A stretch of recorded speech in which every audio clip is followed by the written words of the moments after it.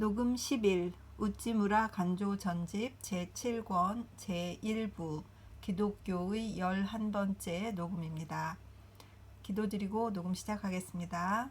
사랑이 많으신 하나님 아버지, 주님의 은혜를 진심으로 감사드립니다. 오늘 하루 일과를 잘 마치고 또 이렇게 풀립 말씀방, 풀립 녹음방에 와서 앉아서 귀하신 우찌무라 간조 선생님 책 읽으려고 앉았습니다.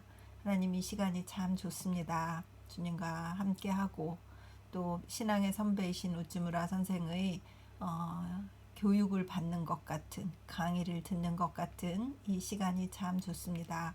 아버지 하나님, 이 리딩을 듣는 한 분이라도 있어서 이 귀하신 선생님의 가르침을 또 받고 마치 강의실에 앉아서 교육을 받는 것 같은 이런 내용들을 잘 듣고 우리가 더욱더 지적으로 영적으로 성숙해지며 사람이 깊어지며 넓어질 수 있도록 인도하여 주시옵소서. 리딩을 듣는 한 분이라도 있어서 그분들의 신앙에 도움이 될 수 있도록 하여 주시옵시고, 신앙의 한 분의 형제, 한 분의 자매의 그들의 질문에 대답이 되는 귀한 리딩 될 수 있도록 붙잡아 주시옵시고, 제가 잘 읽을 수 있도록 은혜 내려 주시옵소서. 감사드리며 고맙고 고마우신 우리 주 그리스도 예수님 이름 받들어 기도드렸사옵나이다. 아멘. 오늘 그 코로나 바이러스 접종은 몇 주 전에 해서 한참 하루 정도 되게 아팠었고요. 제가 녹음을 했는지 모르겠는데 아주 몹시 몸이 아팠었고, 오늘은 일반 플루 접종을 했습니다. 그래서 몸이 좀 묵직한 느낌이 없지 않습니다. 그 예방 접종한 첫날 팔도 좀 무겁고 몸도 좀 무겁긴 합니다. 그렇지만 또 병원에서 일을 하니까 제가 스스로 접종을 잘 해서 제가 퍼뜨리는 일은 없어야 되기 때문에 이렇게 준비를 하려다 보니 가끔씩 컨디션이 좀 떨어지는 날이 있기는 하는 것 같습니다. 리딩을 잘 하고 잘 쉬어야 될 것 같습니다. 오늘은 협애의 이익 1번. 근데 이 한자가 너무 어려워가지고 제가 잘 모르겠어요. 협애의 이익. 한번 읽어보면 뜻이 나오겠죠. 신명기 7장 1절에서 11절 말씀을 가지고 했나봐요. 시온아, 내가 내 자식을 격동시켜 헬라 자식을 치게 하며. 스가랴 9장 13절. 그러므로 주께서 말씀하시기를 저희는 저희 중에서 나와서 따로 있고 부정한 것을 만지지 말라. 내가 너희를 영접하여. 고린도후서 6장 17절. 하늘로서 다른 음성이 나서 가로되 백성아, 거기서 나와 그의 죄에 참여하지 말고 그의 받을 재앙들을 받지 말라. 요한계시록 18장 4절. 이 동양의 일본에서는 괭냥이라 하면 반드시 좋은 일이고 협애라 하면 반드시 나쁜 일이라 한다. 협애에도 이익이 있다고 말해도 일본인은 쉽게 믿지 않는다. 이렇게 믿는 것은 반드시 세상의 속인들만이 아니다. 기독교의 목사 중에도 같은 괭냥대도 괄호 열고 굉장히 큰 도량 괄호 닫고 주의가 재창된다. 그들은 기독교는 우주주의라고 하면서 기꺼이 이를 맞이한다. 유니테리언주의에 교리의 장벽이 없다고 하며 그들은 이를 칭찬하여 맞지 않는다. 그러나 우리는 기독교는 일종의 협애인 종교인 것을 잊어서는 안 된다. 이게 협애가 그러니까 되게 좁은, 뭔가 이렇게 좀 네로우 마인드라고 하는 욕을 먹으니까 그것에 대한 거 쓰신 것 같아요. 기독교의 선구였던 유대교는 대단히 마음이 좁은 종교였다. 네로우 마인드가 맞네요. 유대 사람은 다른 국민과의 교제를 허락지 않았다. 그들 위에 하나님의 은총이 가장 풍성하게 내린 때는 그들이 굳게 고독을 지킨 때였다. 이에 반해서 그들이 가장 타락한 때는 그들이 페니키아 사람, 이집트 사람, 바벨론 사람 등 그들 주위의 백성과 널리 사귄 때였다. 개방주의를 택한 솔로몬, 아하스 등은 가장 타락한 국왕이었고 고립주의를 택한 히스기야, 요시야 등은 가장 하나님의 거룩한 뜻에 맞는 왕이었다. 유대 사람의 청결은 고립으로 해서 유래된 것이다. 유대교를 널리 펴서 그 가장 귀한 것은 사라져버렸다. 그러므로 유대의 정신은 그리스 정신과 정반대였다. 유대는 좁으나 깊으려고 하고 그리스는 넓으나 얕으려고 했다. 그러므로 하나님은 예언자 스가랴를 통해 말씀하셨다. 시온아, 내가 내 자식을 격동시켜 헬라 자식을 치게 하며 라고. 유대교의 뒤를 이어받은 기독교도 또 많은 점에서 협회한 종교다. 기독교는 만민을 위해 가르쳐진 종교지만 만민 중에서 하나님께 특별히 선택된 사람에게만 받아들여질 종교로서 가르쳐졌다. 교회, 즉 에클레시아는 세상에서 부름받은 사람의 단체로서 그들은 세상에 있으나 세상에 속할 사람이 아니다. 너희들은 이 세상을 따르지 말라고 함은 기독교의 중요한 교훈이다. 그러므로 기독교에서도 유대교에서와 마찬가지로 그 신도가 넓게 마음을 열어서 세상을 맞이했을 때는 그 신앙이 반드시 타락한 때였다. 사보나 롤라 시대의 로마 교회같이 교황이 문학과 미술을 소중히 여기고 플라톤의 철학이 이사야의 예언보다 나은 세력을 가지게 된 때는 교회가 대단히 부패한 때였다. 이른바 우상신자의 기독교 괄호 열고 pagan Christianity 괄호 닫고 라 하여 세속에서 도움과 동정을 구하고 마침내 온통 그 세력을 잃는 교회와 교도가 많이 있다. 페간은 페간이 뭐였죠? 갑자기 단어가 생각이 안 나지? 이방인들인 거죠. 넓은 것은 얕은 것이다. 우리는 좁더라도 깊어야 하겠다. 그리고 깊은 곳에 가서 거기서 눈이 미치지 않는 곳에서 모든 사람과 함께 하지 않으면 안 된다. 표면에 있어서의 화합일치는 매우 박약한 화합일치다. 세계주의는 마음의 깊은 곳에서 나와야 할 것이다. 그렇지 않고 누구하고도 조화되어 악인이거나 도둑이거나 화합하는 것은 손해가 아니라고 하는 주의를 가져서 미워하고 사랑하는 구별조차 세우지 않는 사람은 마침내 진리를 오류에서 구별할 수가 없게 되어 곧 하나님을 잃고 진실한 벗이라고 한 사람도 없게 된다. 우리는 참으로 협회의 이익을 잊어서는 안 되겠다. 1902년 8월 성서지 연구. 제가 전에 페건과 젠타일을 찾아본 적이 있었어요. 그래서 페건은 유대인을 정통으로 보았을 때 유대인이 아닌 사람들을 페건이라 하고, 젠타일은 진정한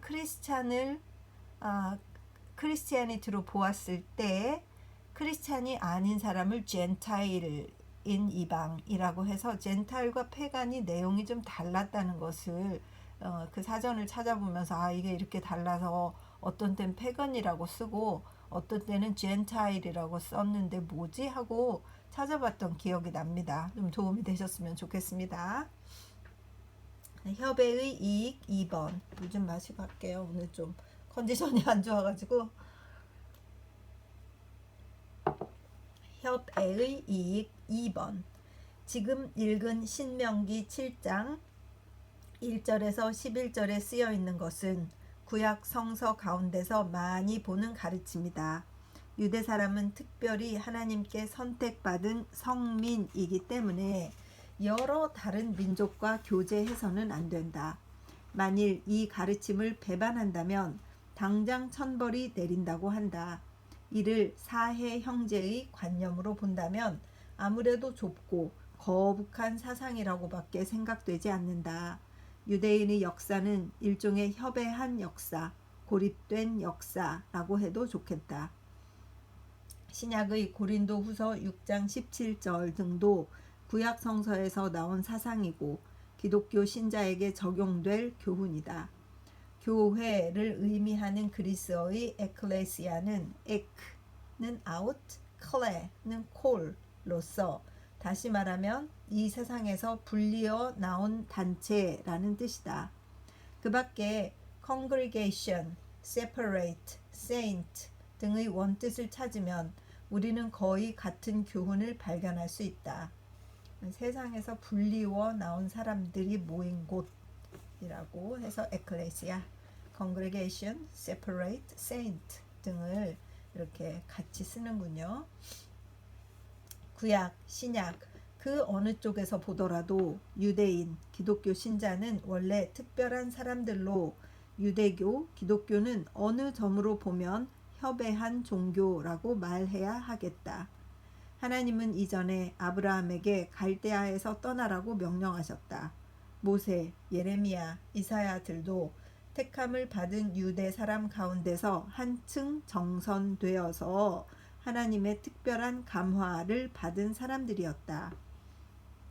역사를 보면 그 그리스인은 세계적인 국민이었다.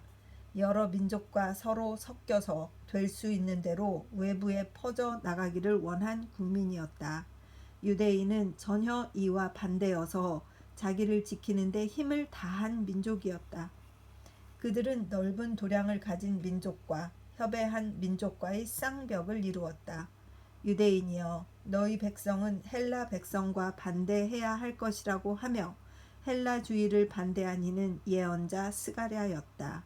스가랴 9장 13절. 그러나 협회라고 하면 아무래도 불유쾌한 재미없는 말이다. 도량이 넓기가 바다 같다고 함은 동양인이 호거를 칭찬하는 말이다. 기독교는 세계적이다. 포괄적이라고 설명할 때 우리는 기쁜 마음이 일어나지 않는 것도 아니다. 유니테리언이 환영되는 것도 하나는 넓게 문호를 개방하고 선을 사모하고 의의를 구하는 사람은 누구나 오라고 외치고 있기 때문이다. 협회라는 문자가 오늘날의 인심을 감복시킬 그것이 못 된다는 것은 나도 잘 알고 있다. 그러나 잘 연구해 보면 하나님은 노아 한 사람의 일족을 구하고 많은 사람을 구하지 않으셨다. 모세, 아브라함 등은 모두 협회한 역사를 밟은 사람들이었다. 솔로몬은 학자였다. 그는 모름지기 이집트, 그리스, 인도 등의 사상을 통달하고 있었으리라. 그러나 그는 이집트나 페니키아로부터 애첩을 끌어모으는 부도덕한 일을 했다. 지나친 개방의 결과는 언제나 큰 타락이다. 유대인의 왕으로서 타락하지 않은 사람은 다 고립주의를 굳게 지킨 사람들만이었다는 것은 명백한 사실이다. 그 이후 기독교에 이르러서도 세상과 화합하여 넓게 문을 열 때에는 언제나 크게 타락할 때였다. 기독교의 역사를 살펴보면 이런 일은 명명백백한 사실이다. 신도의 실패도 역시 이 점에 있었다. 1890년, 1892~3년경의 도오시샤의 상황은 특히 우리들에게는 가장 좋은 귀감이라고 생각한다. 오늘의 타락신자를 보라. 그들은 다 신신학 같은 것만 주장하고 삼위일체를 비웃고 속죄의 교리를 욕하는 사람들이다. 협회를 싫어한 이름 있는 신자로서 그리스도적 특성을 잃은 사람은 그 예가 결코 적지 않다.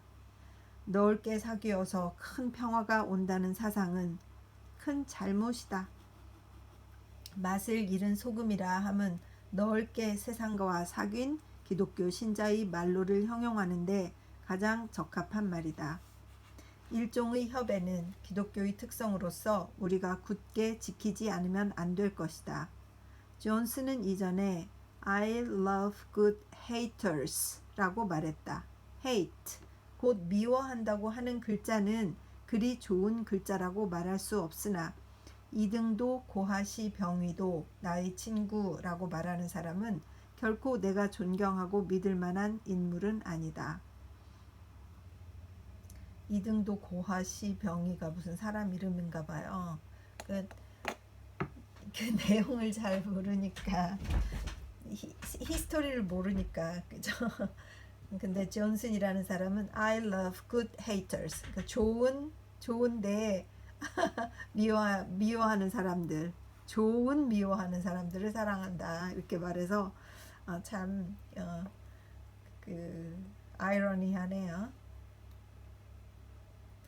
나는 이 점에 있어서 일본인과 서양인과의 기질을 비교할 수가 있다. 좋아하고 싫어하는 것이 심한 사람은 서양인이다. 그들은 싫어하는 사람하고는 결코 사귀지 않는다. 그래서 그 나라에서는 친구로부터의 소개장이 상당히 세력이 있는 것으로 되어 있다. 우리는 서양인의 소개장으로 소개장 레퍼럴을 얘기하는 것 같아요. 그죠? 우리는 서양인의 소개장으로 그 친구인 다른 서양인과 얼핏 보기에 옛 친구처럼 악수 담화할 수가 있다. 하지만 일본에서는 그렇지 않다. 일본은 누구나 자기의 친구를 삼는다. 우의상으로 일본인의 태도는 매우 모호하다고 할 수밖에 없다. 지금 여기에 친구 한 사람이 있는데 그 친구가 나에게 대단히 믿지 못할 일을 했기 때문에 내가 그 친구와 절교를 했다 해도 제3자, 즉 괄호 열고 두 사람의 친구, 괄호 닫고 제3자인 친구는 여전히 두 사람의 친구가 되고 있다. 이렇게 해서 두 사람은 제3자를 의심하게 되는 것은 자연스러운 인정이다.